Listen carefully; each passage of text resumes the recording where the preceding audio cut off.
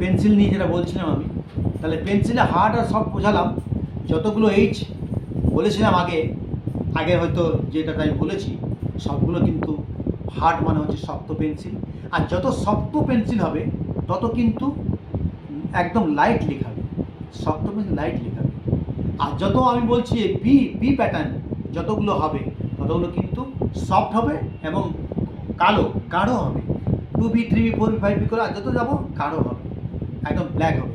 এখানে একটা দেখার মজার বিষয় রয়েছে যে হার্ড হচ্ছে এইচ, আবার এখানে সফটে কিন্তু এস নেই, 2B আছে, 3B, তাহলে এস কেন হলো না? 2S 3S 4H কেন হলো না? এস কেন হলো না? এটা অ্যাকচুয়ালি তা নয়। যত ডিপ হয় মানে ব্ল্যাক হয়, তত সফট হয় এবং ব্ল্যাক হয়।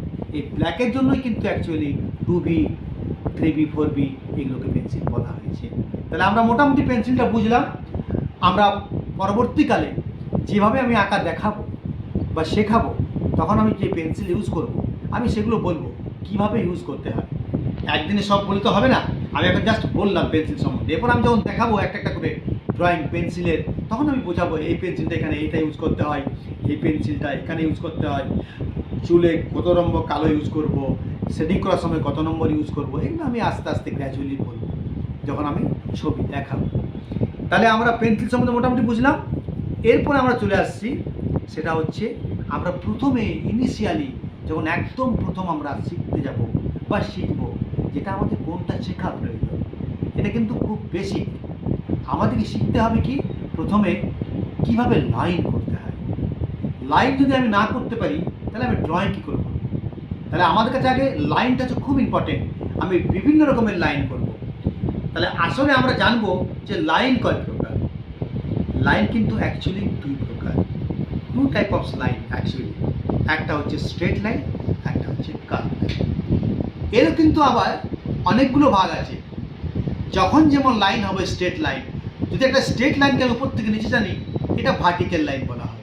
আবার যদি ওই লাইনটা আমি জাস্ট এমনি করে টানি ডান থেকে বাঁ দিকে, তখন কিন্তু হরাইজন্টাল লাইন হয়ে যাবে। এরকম অনেক নাম আছে লাইনের, সেগুলো কিন্তু আমি পরবর্তীকালে যখন ছবি আঁকবো আমি কিন্তু লাইন সম্বন্ধে আরও ডিটেলস বলবো। এখন খালি আমরা জানছি আমাদেরকে প্র্যাকটিস করতে হবে লাইন, কার্ভ লাইন আর স্ট্রেট লাইন। এই লাইন করলে কিন্তু আমরা যত বেশি প্র্যাকটিস করবো, আমরা প্রথম থেকে কোনো ছোটো বাচ্চা শিখছে তাদেরকে লাইন করতে হবে, ছোটো ছোটো বক্স করতে হবে, ট্রায়াঙ্গেল করতে হবে, রেক্ট্যাঙ্গেল করতে হবে, এরকম ছোটো ছোটো টাইপের ছবি এগিয়ে ছবি করতে হবে। তাহলে তাদের প্র্যাকটিসটা খুব ভালো হবে, তারা খুব অভ্যেস ভালো করতে পারবে এবং আস্তে আস্তে ওরা ভালো শিখতে পারবে এবং খুব সুন্দর হাত বসবে এবং খুব সুন্দরভাবে আঁকবে তারা। এটা হচ্ছে লাইন। এই লাইন আমাদের কিন্তু খুব ইম্পর্টেন্ট। আমরা প্রথম থেকে কিন্তু লাইনটা প্র্যাকটিস করবো। আমি পরবর্তীকালে আপনাদের দেখাবো, বা যারা দেখছে ছবি, আরও আমি ছবি করবো যখন, আজ তো বলছি আমি, যখন আমি ছবি করব তখন বলবো আর ছবিও করবো। দেখবে কী করে আমি লাইন দিয়ে ছবি করছি, এই করে আমরা ছবি আঁকবো লাইন দিয়ে দিই। তারপরে কি করব, এই লাইন হয়ে যাওয়ার পর না আরও অনেক কাজ আছে। কীরকম কাজ আছে?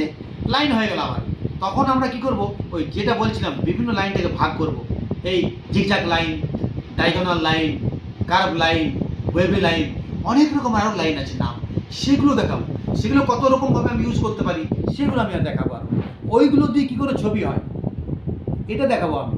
আবার আমি দেখাবো হয়তো অনেক সময় কিছু লেটার লিখলাম, একটা এ লিখলাম, তো এই কী করলাম, এমনি করলাম এমনি করলাম। তাহলে একটা এ লিখতে গেলে আমাকে কী করতে হয়, একটা আমার ট্রায়াঙ্গেল করতে হয়, এই ট্রায়াঙ্গেল স্যাপ, তবে তো এ হয়।